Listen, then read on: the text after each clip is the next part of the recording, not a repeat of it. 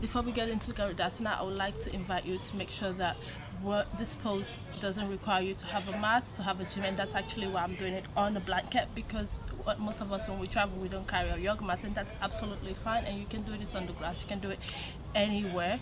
What really matters is bringing your own open-mindedness and also devotion to yourself and dedication to intentionally take care of your body as you travel. So let's start. So let's get into Garudasana, but before we start I just want to share with you that one of my favorite ways to get into Garudasana is actually starting from chair pose. Some people start from mountain pose. It's the same thing, so I'm going to start from mountain pose, take you to chair pose, and then get into Garudasana. So let's start. So we're in mountain pose, toes together, tuck in, everything is ready and active. Inhale as you lift your hands and get into chair pose. Just go a little bit down, drop your butt, and what you do is relax your hands as you shake them. Bring the right hand under the left, bend, and this is the frontal. I'm gonna do a side version. Then raise, put your weight on your left leg, raise the right leg, point, and just wrap it, or just leave it and stay here. But if you can't, wrap it again and just stay here and engage your tummy. This is your Garudasana. You have to concentrate on one pose, one place, focus, find the focus point and concentrate so you can be able to stay longer. And when you want to come out, just unwind, relax, and come out. So let's do the side one. Side version, same thing, mountain pose.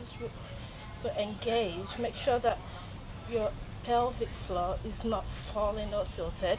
Stable pelvic floor. Engage your body, raise your kneecaps, get into a very stable and comfortable mountain pose. Raise your hands as you bend into chair pose or Utkatasana. Engage, fly your hands, and let's do the other side.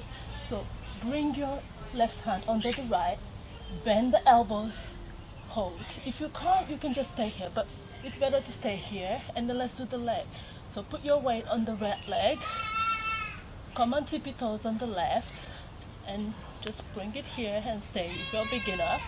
And if you can't, wrap it around and set. Engage your tummy, engage your back, and raise up.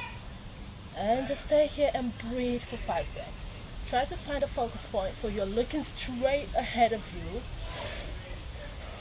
It's a bit wobbling and unstable when you're a beginner, but you will find it.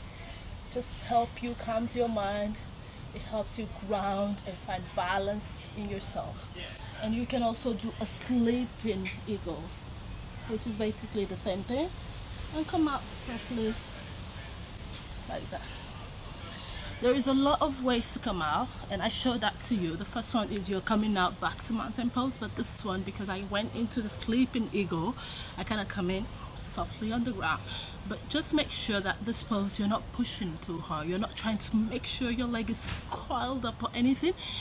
Just take your time, be soft, be gentle, and the benefit of the pose is calms your mind. Open up your upper body, especially your upper back. Your shoulders are relieved of all the tension you've accumulated there. You're stretching your hips. Imagine the way you sit, like someone is using their thumbs to sink in your hips. So you're stretching your hips, engaging your lower back, make you tone your core muscles, and you're stretching your calves and your ankles. Thank you so much, and see you next week with another balanced pose. Namaste.